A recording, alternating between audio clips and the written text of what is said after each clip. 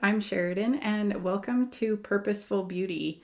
On today's episode, we're going to chat all about how to set goals now that we've started crafting our 10-year vision while I do my makeup. So let's just jump right in. So now that we have our 10-year vision, you're probably thinking, how on earth am I going to set goals related to the next 10 years worth of my life? It seems just a little bit daunting, doesn't it? Well, that's the nice thing about it, is that we're not going to tackle it all at once. One, because if you try to set too many goals at once, you're going to lose focus. You'll never be able to actually keep things going. And your perspectives and your priorities are always going to be changing, and you're never actually going to get anything really accomplished. And I don't know about you, but I would assume that we've probably all just about been there. I know I sure have. So the first thing we're going to do is be sure to have your vision open. And if you didn't finish your vision, that's okay, because it actually takes some time to craft a whole vision for all 8 categories of your life in one sitting. But let's say you've got, you want to focus on health and fitness and your career and, I don't know, a couple other areas. Then that's enough to get started. Or even if it's just one area, that is completely fine too. So the very first thing we're going to do is, every year, we're going to focus actually on annual goals. And I never set more than 3 to 5 goals to focus on every single year, because kind of the same thing, if you try to tackle your whole 10-year vision at once, you're never really going to get anywhere. The same with annual goals. If you set too many goals, you'll never be able to stay focused. Even though we all have 365 days to work on things, things always come up. New projects, new priorities, emergencies, work, things always tend to get in the way. And so if you really only just have 3 to 5, that's kind of the golden space, and you'll be fine. So take a couple minutes to actually sit and think of 3 to 5 things that you'd like to accomplish over the next year. And this also isn't something that you have to do in January. You can, but why put your goals and your future life off until January? That could be months from now. Or that could just be tomorrow. But another little tidbit is how you show up today and kind of how you show up every day is a pattern. It represents how you show up for your life. And if it's I'll do it tomorrow, there are probably a lot of, I'll do it tomorrows. And you never actually accomplish anything. You never get anything done. And you're probably feeling overwhelmed, stressed out, unfulfilled. Yeah. Been there too.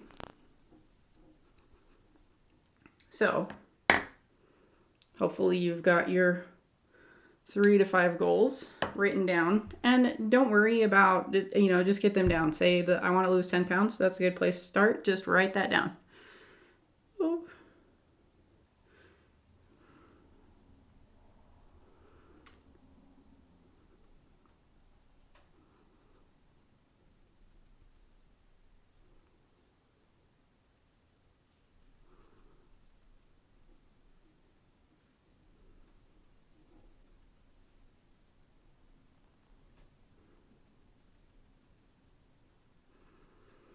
The next thing that we will focus on is now actually, okay, we have the general idea of them written down. Now let's get a little more specific. And this is very similar to actually setting or creating our vision.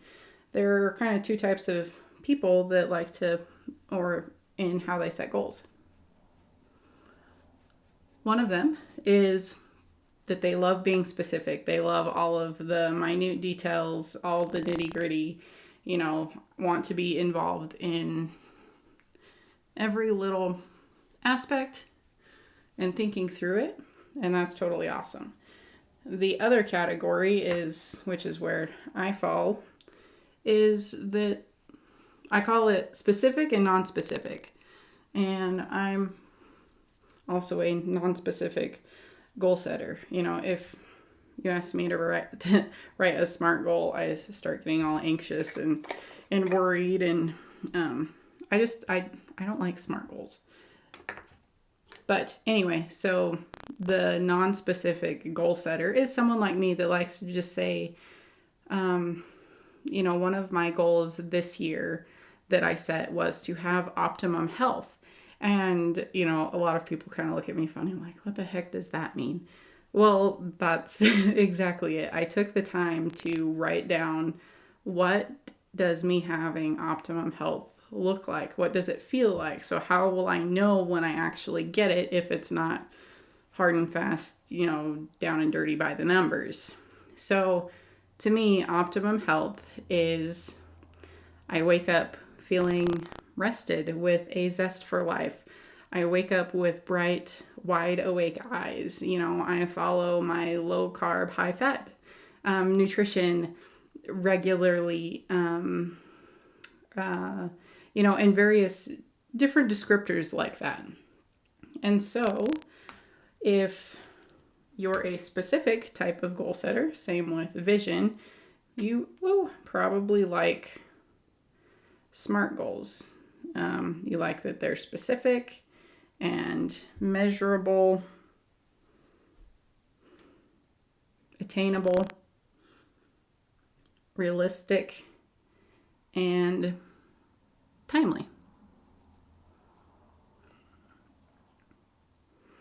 Super detailed, and that's fantastic. So if that makes sense to you, write your goals in that fashion. There isn't one hard and fast rule or right or wrong way to do it, which is the greatest thing. And also one of the hardest things it took me to realize that I don't have to write a vision the same way everyone says you do. You don't have to write goals the same way everyone says you do. You don't have to feel like in order to manifest the life that you want, you have to do it the same way that everybody says. It's just not like that. So if you're a specific goal setter, be sure to write down your goals in a very specific way. Even if you don't like SMART goals, the main gist was be as specific as you need or want to feel good about what you have written down. Or if you're like me and more of a non-specific goal setter, if all the specific details make you a little anxious, write down what it is you want to achieve over the next 12 months and describe when you achieve that goal, what success looks like, what it feels like, how you'll look, how you'll feel.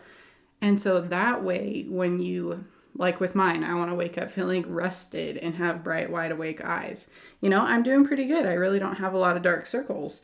Even though I did use just a little bit of concealer, still I didn't need much. So I feel like I'm doing pretty good with that one because I'm feeling well rested. I'm feeling like I sleep well. I feel like I wake up feeling really good. And so if you need to, describe those feelings. Another little detail I didn't mention it with vision last week, but I'll mention it because it pertains to goals and vision equally, is that after you write them down, review them regularly. This isn't something that you write and then just, put on the bookshelf and never look at again. So if it's, if you want to look at them daily, great. Again, doing things like that so much gets me a little anxious. But, look at them daily, weekly, monthly. Heck, you could even do quarterly if you really wanted. But, just check in regularly.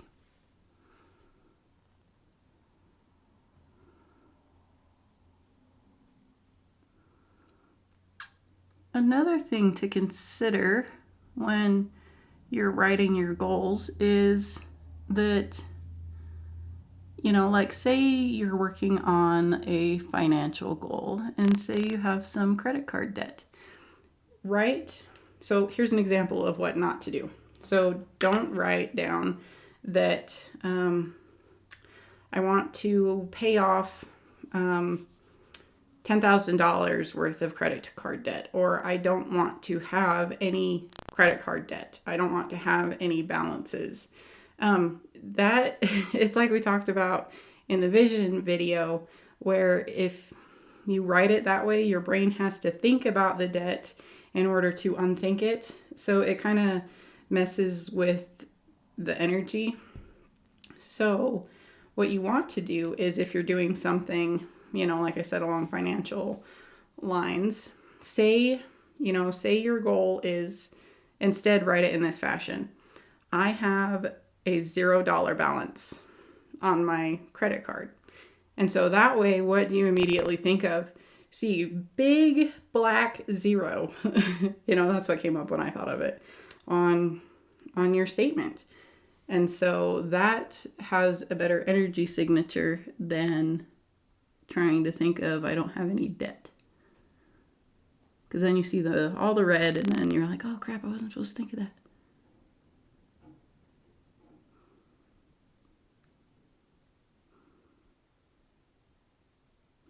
So I was kind of feeling like a little bit of a fall look today.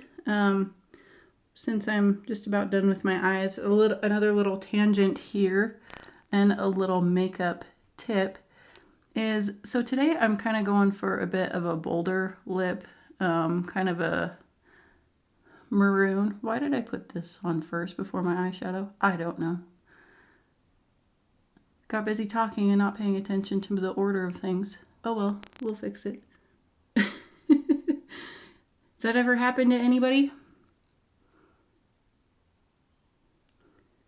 Sitting here busy thinking about something and you're like, oh, I did that in the wrong order. Priorities, right? Priorities changed. There's a perfect example. Anyway, back to my little makeup tip is, so today I'm going for, like I said, a bit of a bolder, darker color. And so if you're going for a bold lip, make your eyeshadow a little bit more muted, I guess, for lack of a better word. So you don't want bright, bold eyes and bright, bold lips, or I should say bright or bold lips, because then when someone looks at you, their attention is competing for eyes or lips.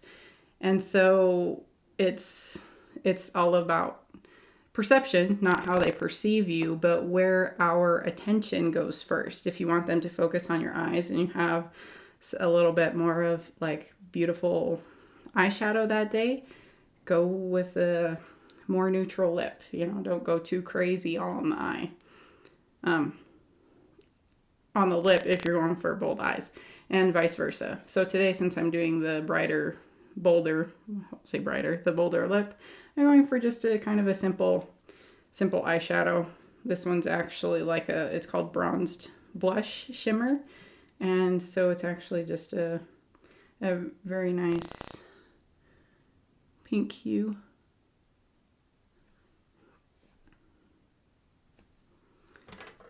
But anyway, back to goals and priorities. I would love to know what some of your goals are for the next 12 months, please drop me a comment down below, because I would love to be able to be your cheerleader and support you. That's the one thing that I always love, encouraging others and supporting others in whatever it is that they're wanting to achieve. It doesn't seem like the world really has enough support like that. And so I'm always all here for that. All right, the one last thing I'm going to do is my lip color. But, goals, same thing with vision. Goals really don't have to be that hard or that difficult. Don't overthink them. If it's something you want to do and you get excited about, write it down. And whatever feels good to you. Again, focus on energy. Don't write it in a way that will be stressful.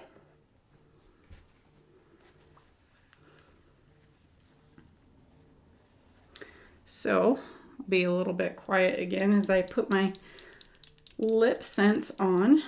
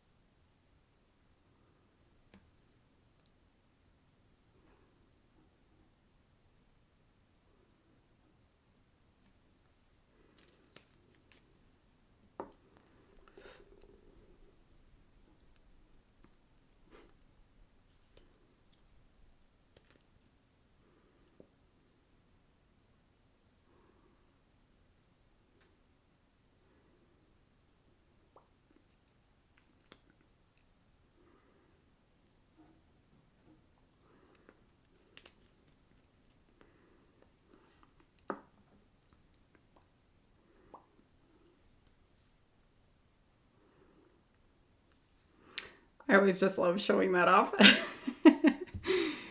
Anyway, so with goals, hopefully that helps. Hopefully that makes sense. And then literally we can start talking about habits if we want and need to. But ultimately it's once you've got your goals set, you just kind of go to work and working on them, as you need to. It's something that should be inspiring and motivating. And if it's not, then find something that is inspiring to you, because it'll be much, much easier to work on actually achieving your goals.